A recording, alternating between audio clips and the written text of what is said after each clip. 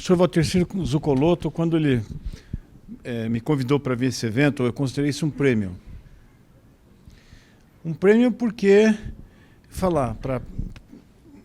estou vendo que a faixa etária é de gente, tem muito pós-graduando, muito docente novo, muitas pessoas estão ingressando na pesquisa, e eu fiquei pensando um pouco no que eu ia falar hoje.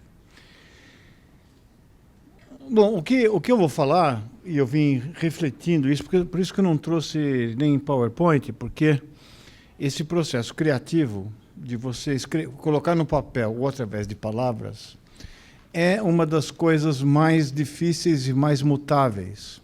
E você enfrenta permanentemente o desafio de criticar-se a si próprio. E não há mais ninguém que conheça melhor as suas falhas e as suas deficiências do que você mesmo. Então, ao longo desse caminho, eu fiz muito do que eu faço quando eu vou escrever um artigo. Eu fui dizendo quais eram as mensagens centrais que eu deveria colocar. E aí eu vou desenvolver em cima de uma plataforma, como se fosse isso é uma plataforma de cada seção do manuscrito, assim como existe uma plataforma em cada área de um artigo científico. E também da elaboração de um projeto, né, de pesquisa. Eu escolhi cidades como exemplo, mas eu vou sair das cidades porque é o que eu tenho mexido mais. Por formação profissional, eu ainda exerço atividade médica, eu ainda faço diagnóstico em patologia, eu vejo doenças respiratórias e cardíacas de pacientes vivos e faço autópsia das pessoas que morrem, seja no nosso hospital, morte morrida, não morte matada, do nosso hospital de escola. E, ao mesmo tempo, existe na USP um serviço de verificação de óbitos que a gente tem que convencer, com razão, os órgãos centrais que vale a pena manter um serviço de uma prestação de serviço médico, geralmente para a prefeitura, para os órgãos de saúde. De fala, né, ele tem um melhorador de fala, uma espécie de Photoshop desenvolvido em São Carlos, para que você fale bobagem, ele puxa de um pendrive, substitui o trecho e melhora a fala. Nós estamos testando isso, mas no Brasil ainda não tem capacidade de processamento para isso. E durante um período, então, por que eu escolhi o tema cidades? E por que eu falei do serviço de verificação de óbitos? Porque quando você vai fazer pesquisa, e vamos considerar que nós estamos no Brasil, você tem que achar um nicho de competitividade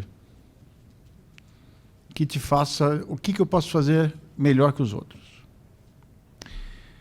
Como o serviço de verificação de óbitos, ele começou, quando eu comecei a trabalhar nele, nos anos 80, ele fazia em torno de 1.500 autópsias por ano. Hoje ele está fazendo 16 mil. 16 mil autópsias por ano de pessoas que morrem sem ter atestado de óbito e alguém precisa assinar o atestado de óbito. E vem para cá. Nós não precisamos disso para treinar médico, mas a gente tem um nicho de oportunidade que era certas doenças que se tornaram prevalentes com o envelhecimento, ou com o progredir da vida, né, e as novas mudanças do ambiente que a gente vive, como obesidade, como doenças mentais, esquizofrenia, depressão, ansiedade, Alzheimer, aterosclerose, complicações do diabetes. Você não faz biópsia para resolver isso. Então, o alvo terapêutico de um tumor de mama, eu consigo tirar o fragmento e eu posso estudar a biologia daquela célula e desenvolver formas para testar, tentar bloquear aquilo. E para saber se você está esquecido, qual que é a biologia da esquizofrenia? Porque você não tem acesso, é muito difícil, mas depois de morto, dá.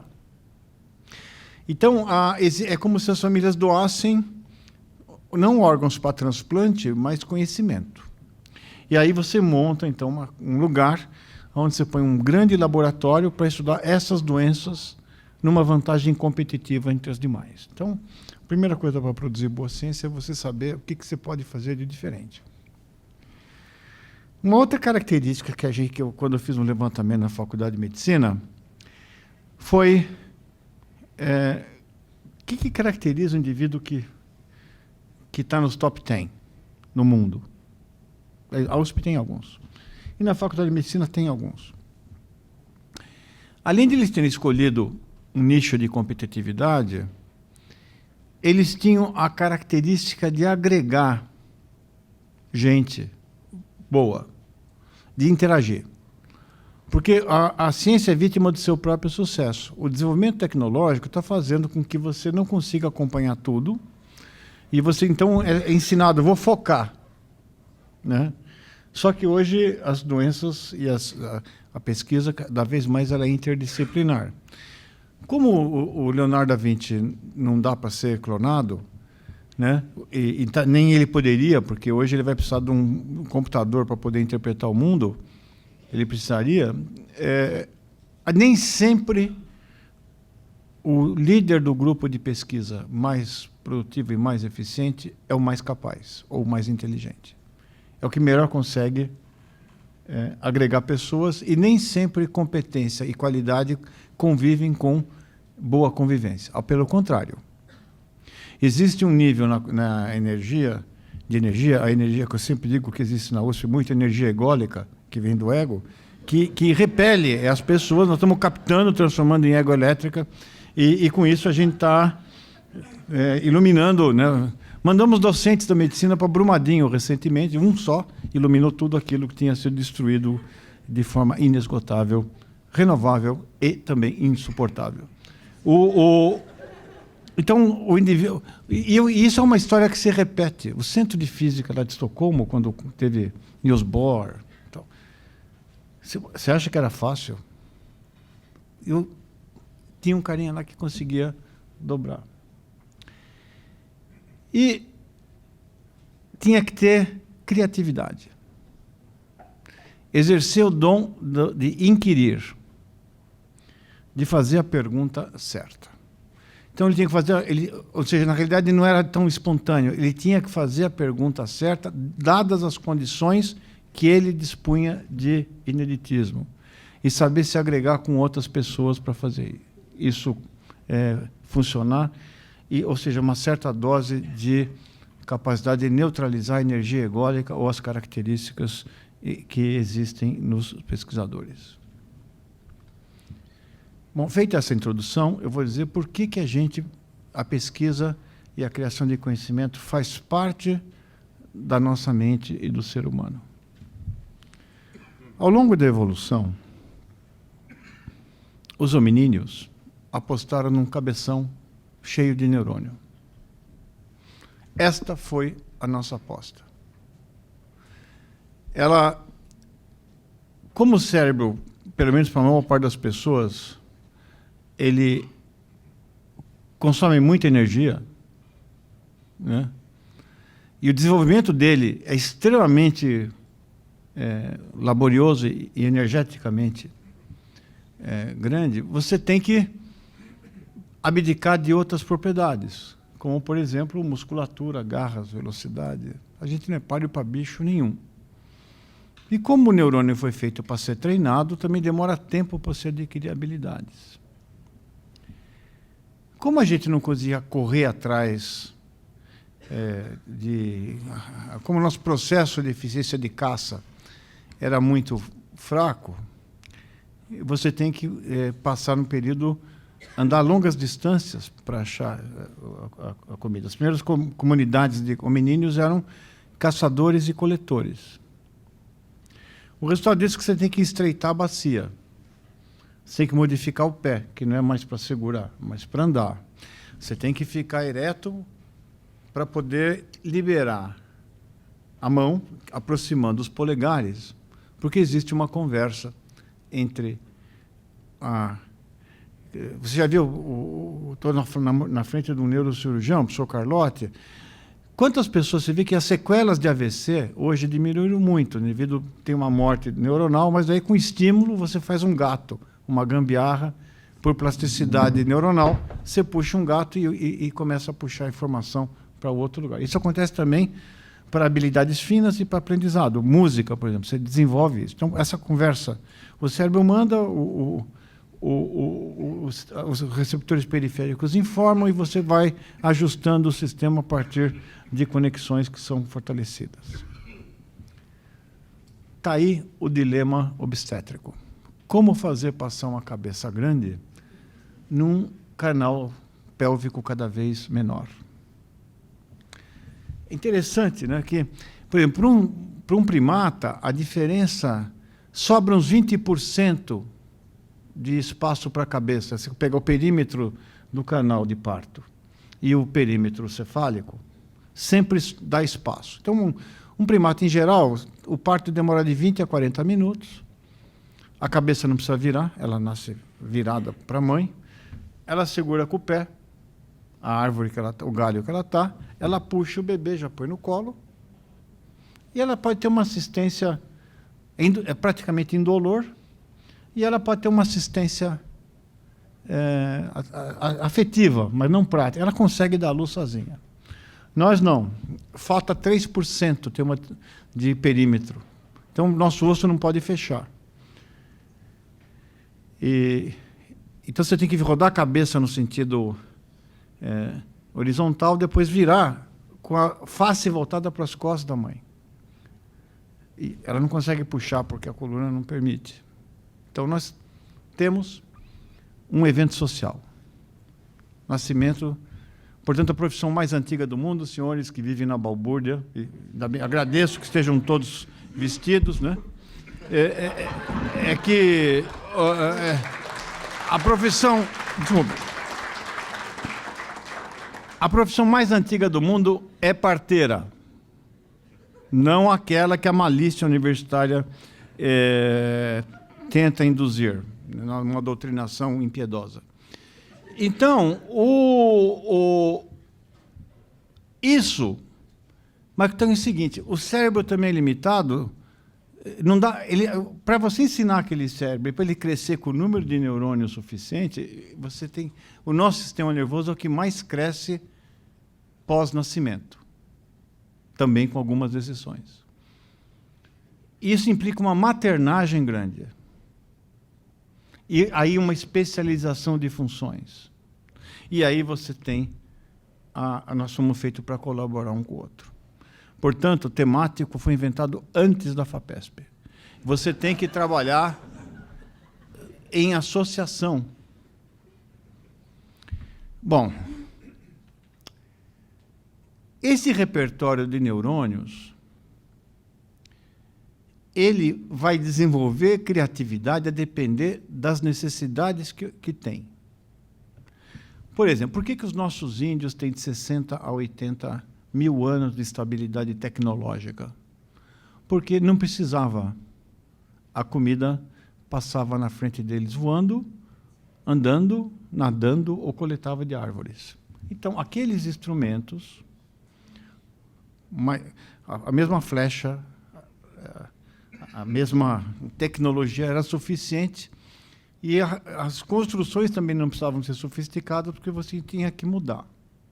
Isso tem uma série de implicações, porque você só conseguia ficar doente, por exemplo, nessas habitações, como nessas comunidades, com doenças que durassem muito tempo para infectar. Porque se você pegasse um vírus, por exemplo, ou morriam os vulneráveis, mas todos os sobreviventes já eram imunes. E como você não encontrava novos, as doenças eram limitadas pela própria redução das cidades, das comunidades. E era fácil a gestão, né? Porque mais ou menos como vírus ou bactéria faz. No Mesolítico, né, possivelmente você tinha uma estrutura onde as proteínas, é como bactéria, as proteínas se encontram, não tem núcleo, tomam uma decisão e é muito rápido o sistema para adaptação. Mas se você tivesse no Eufrates, ou na margem do Nilo, ou em cima dos Andes, ou dentro de uma caverna de vulcão no México. Ou era ali, ou era ali. Não tinha outro lugar. Então, para aquela comunidade sobreviver, aquele cabeção começou a ser estimulado com aqueles neurônios para desenvolver tecnologia. Por isso que as primeiras cidades nascem onde tinha poucos recursos naturais. E, então, a criatividade é fruto da dificuldade. E a pesquisa, então, ela é fruto... Por isso, quando se disse que tem que sair da zona de conforto, a pesquisa só existe porque aquelas pessoas saíram da zona de conforto. E a gente foi programado pela evolução para exercer esse dom. Por isso que a capacidade de criar conhecimento, ela atende uma necessidade básica para a sobrevivência da espécie. Não sei se passou por aqui o presidente da Technion, de Israel. Bom, a Technion hoje talvez seja a quarta... Israel acho que é o quarto produtor de patentes hoje do mundo, né, num ovinho assim. Por quê? A Technion, que era uma universidade conceitual, digamos assim, é de 1910, quando não havia ainda Estado de Israel, ela foi criada dentro de um território muçulmano para poder mostrar que havia a presença de Israel ali. Bom, a coisa ia indo, as universidades todas como cheias de departamento, né? Um jogando água fervente no outro para brigar por disputar espaço. Aí, de repente, a Guerra dos 6 Dias, Israel perde a colaboração militar da França. Eles não tinham vizinhos amigáveis, você concorda? Então, ou eles produziam a tecnologia deles ali, as defesas antimísseis, o sistema de navegação, a capacidade de irrigação, de produzir comida para eles, ou o Estado desaparecia. Quer dizer, foi um exemplo, quer dizer, essa história de sobreviver em condições extremas, ela não é um fruto só da antiguidade, de 10 mil anos atrás, ela persistiu até recentemente. É interessante, né, que eles, então, o governo começou a investir em pesquisa, mas aplicada. Eu vou voltar a esse sistema de aplicado e básico, e quando eu for dizer mais para frente. Eu até perguntei como é que você fez para se livrar das territorialidades das unidades e dos departamentos. Ele falou, era mais fácil fazer paz com os palestinos do que resolver colaboração. Então, ele montou estruturas separadas, como o Inova, aqueles laboratórios, para poder a pessoa sair e, de repente, entrar no mundo da multidisciplinaridade. Ou seja, a ideia da interação, da incapacidade de você dominar todas as áreas necessárias para desenvolver um produto. Bom, na hora que você começa a desenvolver tecnologia, domesticar animais, produzir plantas e plantar e ter agricultura, você resolve uma parte da obtenção de alimento, mas você cria outra. As cidades começam a ficar fixas e aumentar de tamanho. Então, você tem que pôr um núcleo, ou então criar um ser multicelular, estruturas de comunicação, você vai crescendo como um ser vivo, e aí começa a aparecer um outro problema. Aquelas doenças de proximidade que não não existiam quando você tinha vida livre, aconteceu com os chavantes. Os chavantes eram, no Brasil, eles eram esses exímios caçadores, sempre viveram perto de rios, caçadores, coletores. Quando você reagrupa tudo, eles ficam em áreas fixos com populações muito maiores. Hoje eles têm um dos maiores índices de mortalidade infantil do mundo, por mudanças de hábito. Então, o que aconteceu é que as febres e as doenças infecciosas passaram a morar nas cidades. E, ao mesmo tempo, E outra coisa que ajudou a criatividade e a tecnologia foi que havia troca entre pessoas da mesma comunidade e de outras comunidades, seja por comércio ou seja por guerra. Como o Mediterrâneo era um mar amigável, em comparação com o Atlântico, antes da Rota do Atlântico, ali que a coisa rolava, né? Comércio e aí você tinha os intercâmbios, tinha os pós-docs. Não havia uma ciência sem fronteiras. E, aliás, tem mais fronteiras hoje no Mediterrâneo do que tinha no passado, dependendo de se você está do lado africano ou do lado europeu. Perdão. Isso deu origem a muita coisa. O pessoal construiu templo e cidades sem saber cálculo. Veja, quem está na engenharia aqui, que tem cálculo 1, cálculo, e eu fiz o curso de cálculo da Poli, e era bom, porque o professor, que era bom mesmo, ele começava no canto superior esquerdo da lousa, ia descendo assim, quando ele conseguia completar a lousa no final, à direita, aí ele estava satisfeito, né? E toda aquela formulação teórica que ajudou muito, mas você conseguiu fazer coisas. Se você for para ver o Palácio de Dario, na Babilônia, né? O Império Persa, as colunas são absolutamente perfeitas, né? Levantadas com gruas mecânicas. Então, havia engenhosidade pela força do espírito humano. E também começou a necessidade, alguns dessas pessoas eram mais irrequietos que outros, eles não sossegavam o facho. E tinham a curiosidade intrínseca. E que tinham que, depois que você superava o dilema da primeira infância, onde você morria muito, né? Você morre muito durante os 5 primeiros anos de vida, e você começou a maturar aquele sistema, você começa a se preocupar para duas coisas, né? O que eu vou fazer de diferente? Qual é o meu papel? E por que eu estou aqui? Superar a angústia de viver. No início, como você não tinha muito formalismo, você imaginava que a angústia de viver seria superada, o mundo era explicado por deuses ou por religiões. O sol subia porque vinha um que puxava, quando você se comportava mal vinha uma praga, né? Se você pegar as pragas do Egito, é um compêndio de moléstias infecciosas urbanas, né? E veio até hoje, lepra teve isso, a peste gay, né? Uma punição, a AIDS como punição a costumes. Então você explicava o mundo a partir da transcendência. Aí vieram mais na Grécia, mais próximo, não, eu vou entender o mundo pela razão, pela lógica. E começa a filosofia e as ciências, digamos, humanas. E aí vem Descartes e fala, não, nós vamos vencer a angústia, entender nesse mundo que nós estamos, pela força do conhecimento. Tanto que na Enciclopédie Française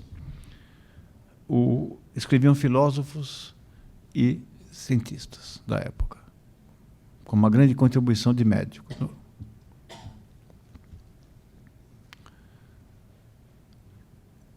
Essa divisão é artificial que eu estou fazendo.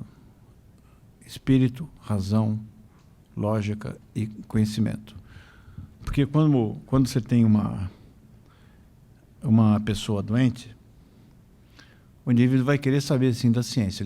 Ele chega para você, vai perguntar tudo pelo Dr. Google, vai pedir uma segunda opinião para o Dr. Yahoo.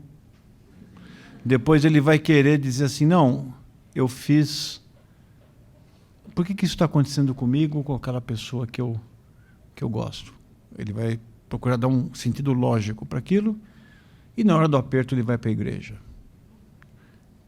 E também acho que muito da ciência hoje ficou tão hermética que é como se fosse santo. Quando aparece um querubim de avental branco, no domingo, escrito Harvard, esse lá em cima, né? Que, aliás, é muito frequente hoje. Nós estamos, inclusive, a pedido do professor Carlotti, desenvolvendo um novo currículo, o currículo LaTeX, que é um currículo que um postulante ao cargo público põe o que quiser, na hora que descobre ele tira, e o currículo se adapta e não destrói. Então, esse currículo é eco-friendly, né? Ele é bastante adaptado aos dias de hoje, né? Você vê o que a criatividade, né? A necessidade fez com que criasse um currículo flexível, né? E quando aparece esse santo, ele vai dizer que ele cristalizou uma proteína e fez um anticorpo que vai reconhecer um epitopo de uma proteína transmembrana tetramérica, que, por sua vez, impede a fosforilação, impedir a formação do MP cíclico, que, por sua vez, impede a expressão da proteína G, que vai interferir com a expressão do gene que fica naquele sítio tal do cromossomo tal, que é tão hermético quanto o Apocalipse de São João, para as pessoas que estão... Então, existe uma crença meio mística, até na sociedade, né? Por vezes com a mesma punição divina. Quando o Dr. Frankenstein resolve desafiar a morte, e coincide quando você estava com o filme do James Whale, de 31, ele era quando estava começando a fazer cirurgia torácica a céu aberto.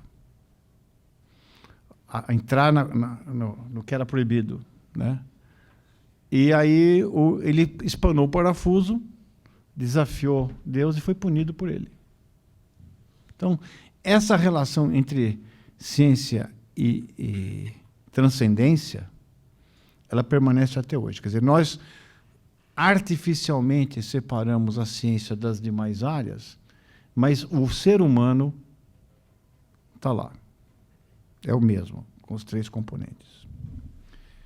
Mas eu disse que naquela comunidade de cabeçudos que tinham dificuldade, você tinha gente que, primeiro, tinha tempo livre, podia pensar e trocar experiências. Então, você começa aqueles que têm mais inquietude, que seriam, digamos, os cientistas por vocação, que nem sempre estão no laboratório, porque a vida não lhes permite, mas tem muita gente criativa e que procura entender, começam a questionar para resolver os seus problemas.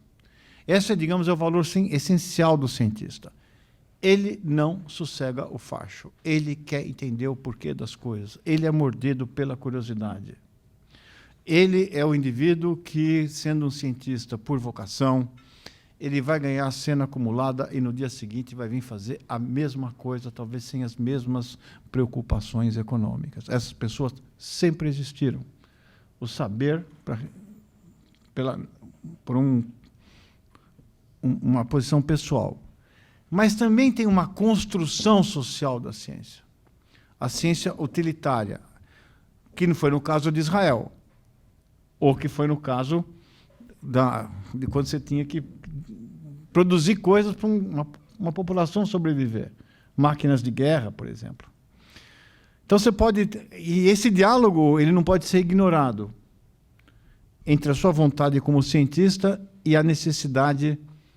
uma construção social, mas ele depende de uma mediação por conflitos. Nem tudo que a ciência pode fazer deve ser feito. Então a ciência hoje, e vocês como cientistas, vocês são vítimas de 3 fatores principais. Primeiro, o próprio progresso da ciência. É praticamente impossível você acompanhar o todo da ciência, então você tem que restringir o que você sabe para uma área onde você possa, pelo menos, entender o título dos artigos. Porque eu abro o céu de vez em quando, não sei o que aquilo quer dizer, e hoje você pode ver que as grandes revistas científicas contratam jornalistas que comentam os artigos apertando uma tecla SAP para que você possa entender aquilo que está sendo colocado. Esse é um dilema. O outro é o que a sociedade espera dos cientistas. Esse é um outro problema. E outro que é a ciência como valor de poder, seja econômico ou seja poder político.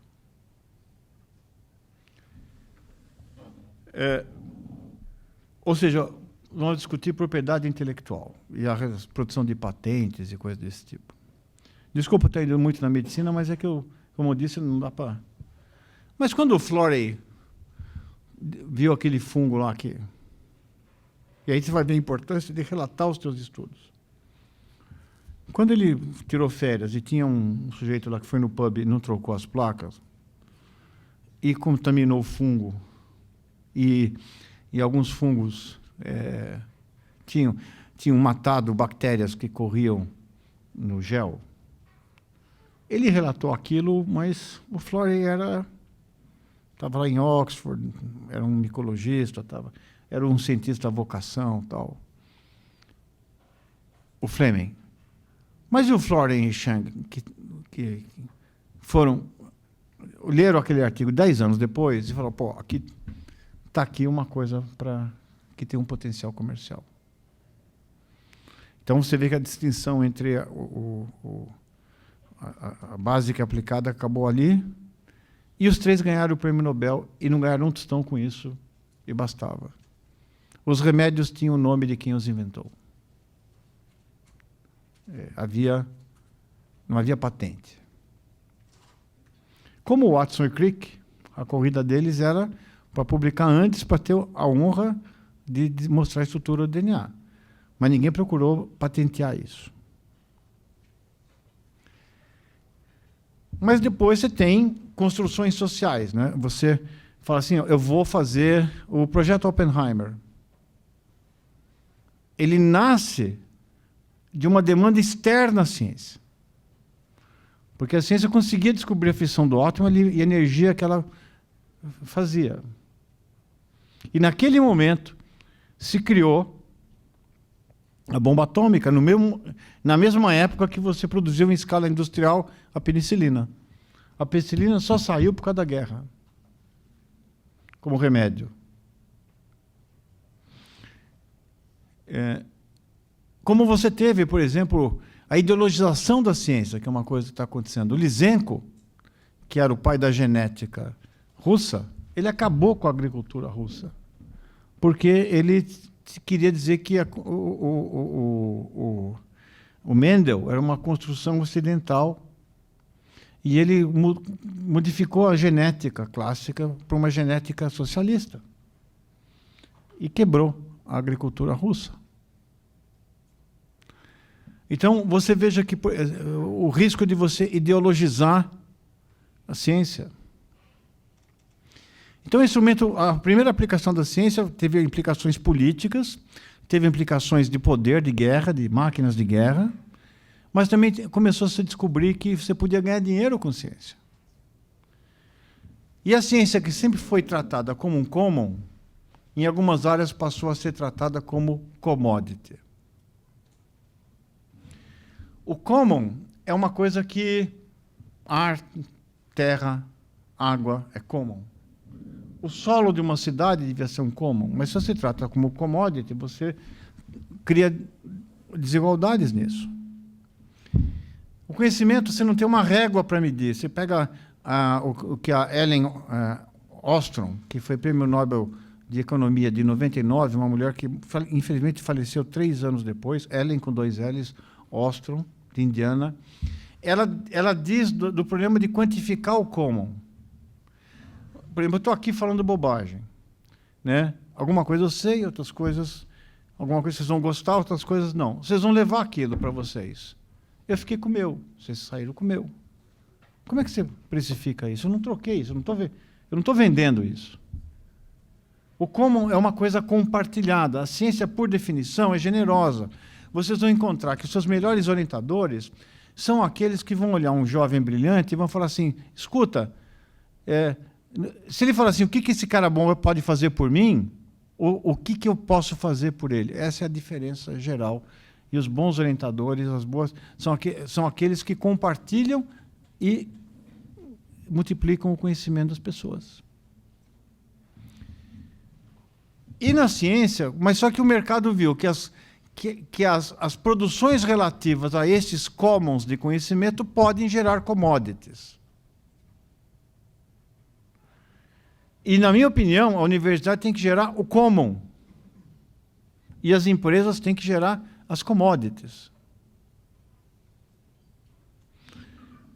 O papel da nossa pesquisa pública é gerar commons. E pessoas capazes que, ao saber desses commons, possam desenvolver as suas commodities. E aí você tem um problema. O que é boa ciência? A que produz commons ou produz commodities? Talvez as duas, mas você tem que ter réguas diferentes para medir. E isso a gente não soube fazer ainda. Isso que a gente estava discutindo outro dia na CAPES, né? A CAPES está mais capacitada de medir o common, a produção científica, o impacto da revista, do que os mecanismos de medir as consequências econômicas, ou de emprego, ou de produção, é menos desenvolvida. E esse é um momento importante que a ciência está enfrentando. E está mudando, mas vai demorar uma geração para que isso ocorra, ou uma grande necessidade que force essa mudança cultural por iniciativa de sobrevivência. Então, produzir boa ciência nem sempre é o impacto da sua publicação. Ela é, talvez, a consequência daquilo que possa ser feito. Eu vou pegar um exemplo da USP. Os dois Nussensweigs, da medicina, a família Nussensweig deve ter tido uma genética, porque tem físico bom, tem tudo bom, né? Mas eles têm os Nussensweigs médicos, eles tiveram que viajar nos anos 80 para fora do Brasil, por motivos de turismo, né? Muito frequente à época. Foram para Nova York, para a Universidade de Nova York. Lá, eles trabalhavam com malária aqui e continuaram trabalhando lá. E queriam desenvolver, publicaram bem, trabalharam bem com cristalografia, com genética molecular. E eles queriam, o problema de fazer uma vacina para a malária é que você não consegue ter um alvo comum para todas as espécies de Plasmodium. E durante quase 30 anos, trabalharam na Universidade de Nova York para desenvolver e conseguiram achar a proteína que potencialmente abre a perspectiva de uma vacina única para malária. Vamos lembrar que o Prêmio Nobel de Medicina de 48 foi para o inventor do DDT, porque ele permitia acabar com as doenças por vetores e, ao mesmo tempo, acabar com a fome do mundo. E teve que tirar, porque as consequências do DDT eram piores do que os remédios. Mas em 49 foi a lobotomia frontal, o Egas Moniz. Então a Academia de Suécia teve os seus dias, seus períodos de... mostrando que nem sempre o impacto, na época, resiste ao tempo. O que os Nussensweigs fizeram? Deram a proteína, a propriedade intelectual daquela proteína isolada como um common. E eles esperam que isso vire continue como common, e não uma commodity. Porque nesse processo de mercantilização da ciência, e a ciência médica é muito frequente isso, houve uma mudança no mundo entre o tempo do Florey e do Shen e do Chang e hoje. No final dos anos 40, quando teve a primeira Assembleia Geral da ONU, você tinha 46 países, acho que e hoje tem em torno de quase 200. Era uma ideia de gestar o mundo baseado em nações. Só que entre 46 e 2016, a gestão das nações é feita por 70 a 80 empresas, que não têm nacionalidade. O compromisso delas é com elas e os seus acionistas. E você não tem mecanismo de gestão para regulá-las. Você não tem fóruns internacionais para regular. Quanto falta, professor? É que eu estava explicando para o Carlotti, na ausência da minha esposa, eu não sei quando eu tenho que ficar quieto. Ela não pôde vir, porque bastando olhar assim, eu já sei que não estou agradando, né? Bom, Bom, aí, como é que se define as demandas sociais? Lembra, eu falei que tem uma questão essencial do cientista, a pessoa física, e as demandas sociais, do que é necessário para resolver o problema daquela sociedade. Como é que se resolve nesse cenário? Se a definição do que é a demanda não passa a ser necessariamente social, mas não estou dizendo que não possa ser, mas ela atende interesses de uma corporação. Por exemplo, a indústria do tabaco. Ela sabia que fazia mal, até produziu contra a ciência. É um dos exemplos típicos de que a gente tem que montar uma disciplina de epistemologia da ignorância. Deliberada. Né? No entanto, não fazia parte da lógica dela sair do mercado por causa disso. Então, como é que você resolve isso? Né?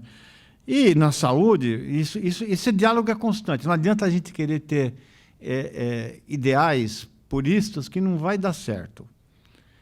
Por exemplo, o conceito de pesquisa em saúde, você vai produzir ciência para quem necessita ou para quem mais contribui para a ciência do ponto de vista financeiro. Plano de saúde. Você vai fazer um sistema de saúde de um país para quem precisa ou para quem mais contribuiu. Esse dilema é frequente. Você vai desenvolver remédio para que tipo de doença? Viagra conta mais do que vacina para dengue? Hoje conta. Que é um outro problema que é importante para você definir o impacto. Que impacto você está querendo?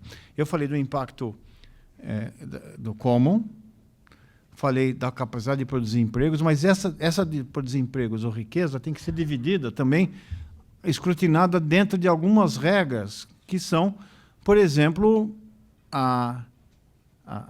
eu acho que a epistemologia, sim, a produção disso, como é que é feita, a ética, que você vai fazer, e por limites. Por exemplo, hoje a ciência é capaz de definir sexo de bebê, ou editar o DNA para que uma criança não tenha determinada característica fenotípica ou genotípica. Pode. O laboratório consegue. Podemos fazer ou não? Qual é o limite disso? Né? E qual é o impacto disso? Hoje a gente consegue, por exemplo, humanizar tecidos animais, de porco, para fazer transplante, fazer xenotransplante, não tem doador bebê, né? Não tem criança que morre de acidente. O Brasil tem um grande programa de transplante porque tem o SUS e porque tem um monte de gente que morre no trânsito. Talvez seja o programa de reciclagem mais eficiente que o Brasil conseguiu montar, porque um motoqueiro jovem dá 2 rins, um fígado, um coração, 2 pulmões, 2 córneas, que é o mais trágico, quer dizer, dessa história. Mas para a criança não. Então você pode pôr um rim, um fígado, um coração, um pulmão de um porco, que cresce até os 150 quilos, e você edita e faz. Isso é justificável? Para algumas religiões, para outras não. E também tem um problema que também estamos trabalhando agora com o professor Canuto, veja, que é o que fazer com o espírito do porco, porque quando o porco é morto, ele fica revoltado e incorpora. Por isso que você vê muito espírito de porco nas universidades, porque o porco fica vagando e encosta lá.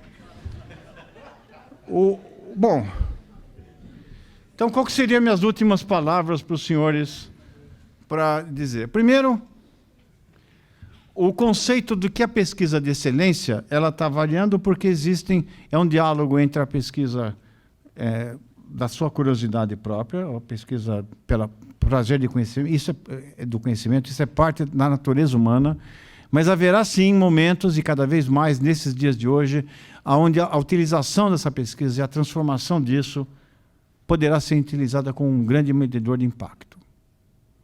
Em algumas universidades, essa é a régua central. No MIT, é a régua central. Na Technion, é a régua central. Algumas áreas da Stanford, é a régua central.